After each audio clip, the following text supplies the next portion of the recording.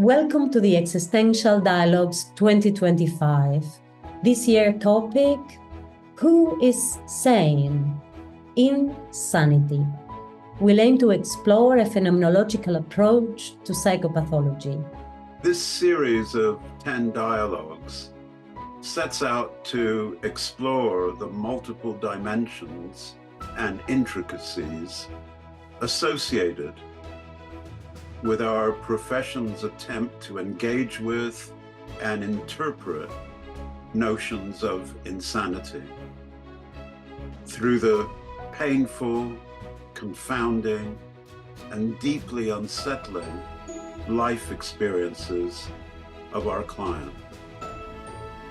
Distinguishing sanity from insanity is no easy matter.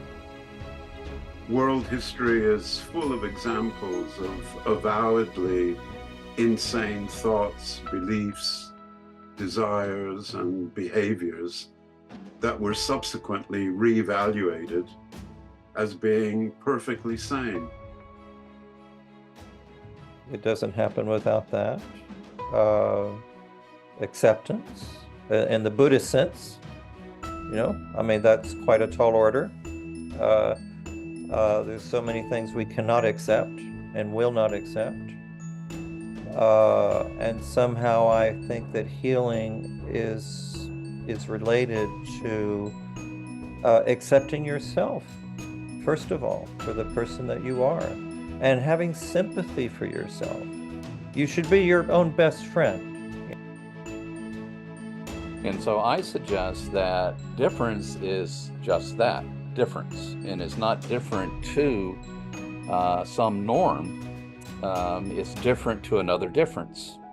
And all of us, that's why I'm not a fan of the phrase neurodiversity, because it still has a normative home base and also is kind of brain focused. How about just difference? If it's diverse, that's fine, but it's also diversity in relation to other diversity. Anyone or any group that is basically driven by fear, as distinct from fuller presence to themselves and to the world. That's the way I would put it. And presence means a greater ability to connect with oneself and others. When I was teaching them supervision was you must always remember that the person who comes into therapy is not identical to the characters who come for therapy. And that's where you have to do your work, so that the person is like the vehicle through which the characters come in to tell their story that has been silenced, repressed, whatever. 3 different answers for one question. Keep the last answer is the n+1.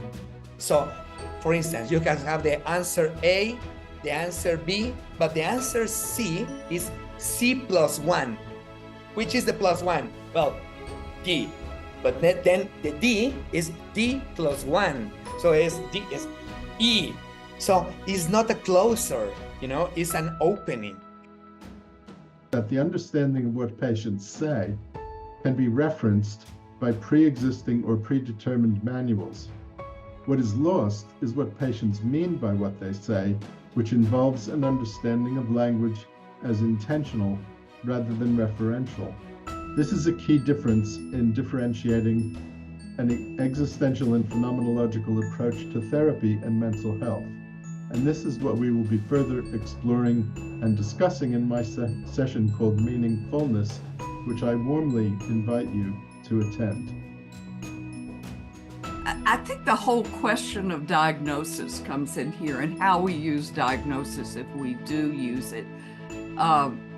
Do we use it playfully? Do we use it to put a person in a box? Do we think that is real, or do we approach the individual, Not that it couldn't tell us something, but if we use it in the spirit of seriousness, I think it's going to mess up the therapy.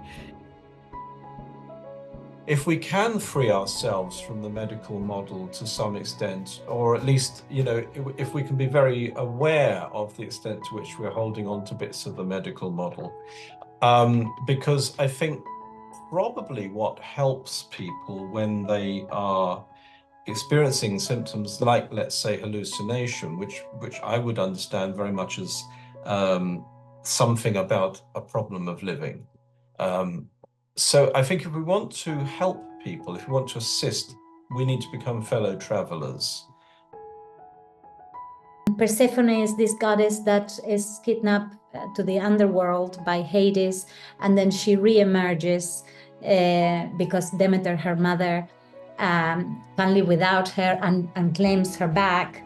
But then she can go across the worlds, and she re-emerges from the depths back onto the surface. And I was thinking along the lines of, in a way, this is the hysteric is the one who crossed the worlds, and somehow a whole history, a whole theory of psychoanalysis was built on those foundations.